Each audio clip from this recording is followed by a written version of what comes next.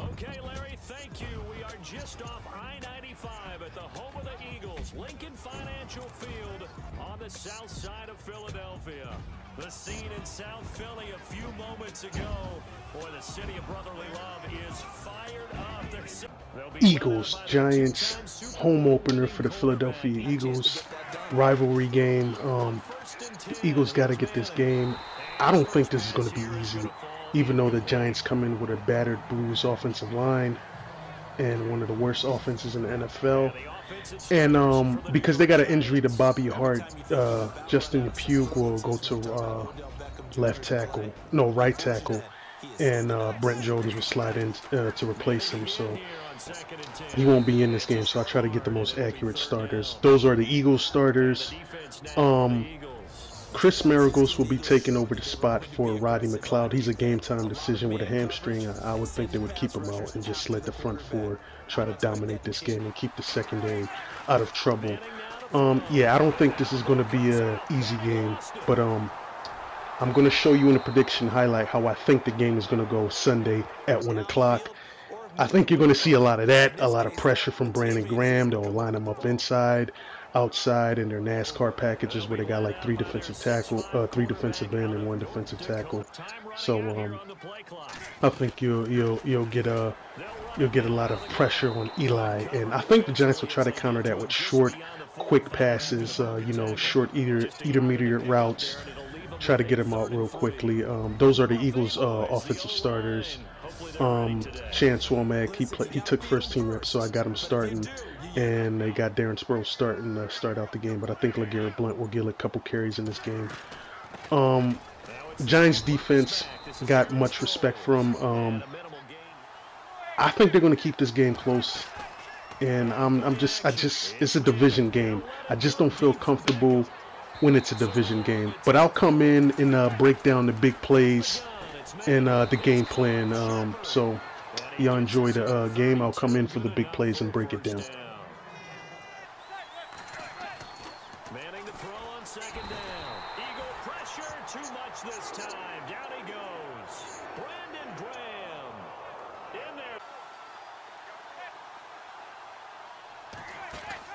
Play action. Manning. And that is in. No, you didn't go 3 and out. I went 3 and out on that first time. I'll try to do better here. This complete left side to Aguilar. And he's taken down, but all right, I want to give you all the offensive breakdown, the offensive game plan here. Even if the run wasn't successful, I wanted to, have the threat of the run by running the football on just to give the Giants to give something to think about. Get a couple like 5-6 yards, stay around that area, even 4, even if it's like a negative, not to just abandon it right away, but just to keep the Giants defense, because you want that secondary and that linebackers to have something to think about here. And plus, you don't want pressure coming after you. And when I saw Alshon Jeffrey lined up one-on-one, the safety was a single high safety that brought the safety down, and I knew it was man coverage on the outside, so I just threw it deep to Alshon, let him go up and grab it. He doesn't need to burn the corner. He just uses his body, gets into position. This was a hell of a catch. He held on to it, and he went down, and he just scored a touchdown. So just one hell of a play by Alshon, and that's why the Eagles brought him in here, to make big plays like that, even if there's not a lot of room. And a blocked extra point here. Good rush by the Giants. Got to do a better job of seeing that. Probably should have called the timeout. Now Manning on the bootleg. And brought in to get him, but he takes it to the 25. On second down, here's Manning. Throw left side, complete to Ingram. And down inside the... Defensive game plan, get after them with the pass rush. I blitzed a total of 9 times in this game, 4 times in the first half, 5 times in the second half, because I felt like I didn't need to blitz as much because the front 4 was going to get pressure, and I can have more guys in coverage to stop Odell and their receiving crew with Brandon Marshall and Sterling Shepard. and Marvin Ingram, Evan Ingram, I believe, if I'm saying his name wrong, somebody can correct me. So it was no need to over blitz or go with, blitz happy, but brought some pressure at times to mix it up. Played a lot of off coverage on Odell Beckham, and the defensive line just, got after him by putting guys in different spots, having Brandon Graham line up on the inside next to Derek Barnett, and just, let them pin their ears back. But a good play by Apple right there. He read the inside route. He didn't fall for Alshon's juke on the outside, and he just made a great interception. Did not anticipate him to be there, but I anticipated Alshon to beat him, and he just made a hell of an interception. From the gun, Manning. Pressure comes, and down he goes. The Eagles get there for the sack. Yeah, he's looked pretty good to this point. They go back to the air here after the INT on the last drive. And down he goes. They bring down Wentz on the... In this coverage, I knew it was zone blitz, and I adjusted Zach Ertz's route to be a slant because I knew that we're going to bring a blitz, even though they don't like to show a lot on pre-snap. But when you see the safeties move around, it kind of gave me an indication when I went back and watched the game that I played with them last year. They gave it away, and I knew it was a blitz, so I had Zach Ertz run a route here. And this alignment with the receivers, spreading them out, gave the Giants a lot of trouble, especially in man coverage. They tried to play robber coverage there, but I had Zach Ertz running a shallow cross, which kept the safety from backtracking and double teaming under there. And so that 5 wide receiver set seemed to give the Giants a lot of trouble when I got them in that set, and it just created a whole bunch of space over the middle for Zach Ertz and Alshon.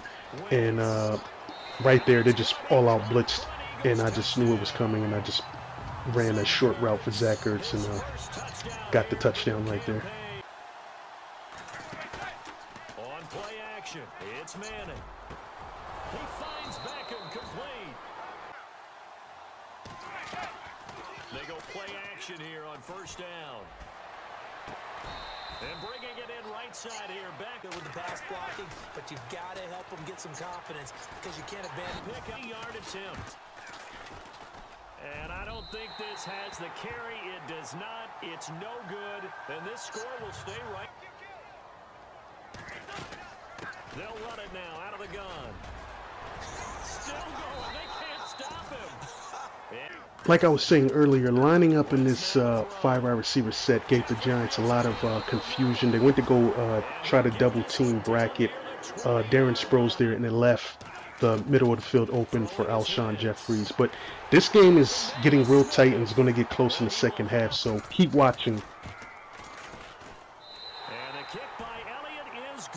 Like I was saying earlier, this 5 wide receiver set gave the Giants a lot of problem. They were playing a zone blitz there, and they had the corner blitz coming, and they put the corner in the bind right there, the safety, because they had Alshon running, so they had to double team him, and they left Darren Sproles open all by himself right there. If I could have put it a little bit more to his inside, he probably would have had a chance to run and gain more yards. But in the second half, the Giants made some adjustments defensively and offensively. They started to go with some short passes, a lot more max protection to give Eli some time.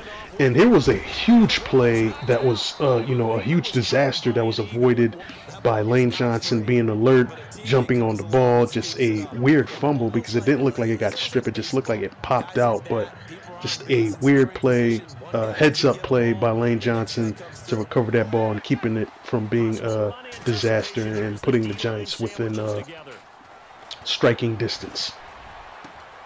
It's caught by OBJ and able to get Perkins on the give from Manning, and he is going to feel that one. Knocked down hard. Play action, Manning. Wide open, it's Marshall complete. And he'll be taken down, but not... You just described. Looking down at that sheet, you find people plays, not necessarily X's and O's, and that's exactly what they did there. Now Manning throwing on second down. Eagle pressure, too much this time. Down. And this defensive alignment is just playing verticals and playing a picket fence on the first down line.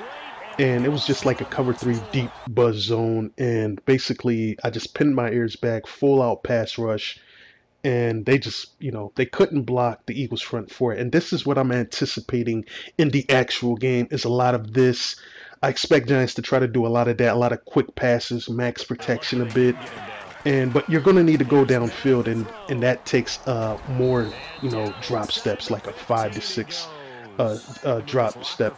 And right here, the Giants got back into the game with a shifty move by Shane Vereen. Missed tackle, another missed tackle right there by Rasul Douglas, who played pretty well in this game against Odell when he was lined up against him a couple times. But just that was just a great play by Shane Vereen. Got to give it to him there, and he just made a couple guys miss. That's why you got to tackle and wrap up and don't allow plays like that to happen. Looking here for Smith downfield. And it pops free. The collision.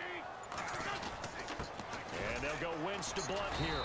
And he's got this is I had Alshon deep to the on his deep route right here. They played a cover 3. They disguised it as 2-man under. You've seen the safety start to shift, but just couldn't get the ball quite on his inside, so he had to force outside and jump and make that play. But here, Alshon showed his strength at receiver, fighting through the press coverage, and I just zipped that ball in there. It looked kind of weird at first, but Alshon just pushed him away, and it kind of made him stumble, but quickly recognized the play and made a play and caught the ball.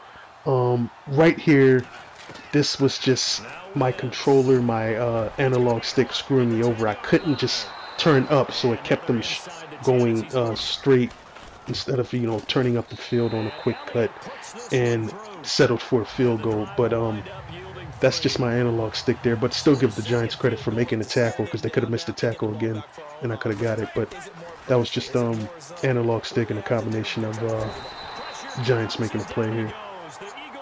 On this play right here, I think Eric Flowers crashed down and just missed a blocking assignment, because you don't want the edge rusher to have a clear path to the quarterback. That was just a blown miss blocking assignment by Flowers there. I just don't know what he was doing on that play. So to me, that was just that was just a blown blocking assignment right there. Critical third down here, made the adjustment, had Alshon run a slant, vacated middle. Every time I see that, either it's going to be a zone cover 2 or a robber or a cover 1, and I just go after it when they don't cover the middle of the field. I mean, obviously cover 1, the middle linebacker is going to stay, but if it's a man or type of zone blitz, I'm going to attack it. Ran it there with LeGarrette Blount. Great block by the guard, and Jason Peters there to push out their man. Good defense by the Giants here, because I tried to run the jet sweep with Darren Sproles, and they read it and they picked up on it. So just good defense by them. And right here, I was completely pinning my ears back to play pass, and once again, Shane Vereen is the guy who makes a big gain, and just completely was playing pass, and they caught me, and they did a good job of just playing the situation. It looked questionable running the ball, but when they get a big game like that, got to give them credit. That was just a good play call, to catch me in complete pass coverage. And right here, Odell Beckham broke free. If Nigel Bradham would have just shifted his hips back to the inside, he could have took that route away and probably led to a coverage sack. But good catch by Odell, good throw by Eli Manning over the middle there.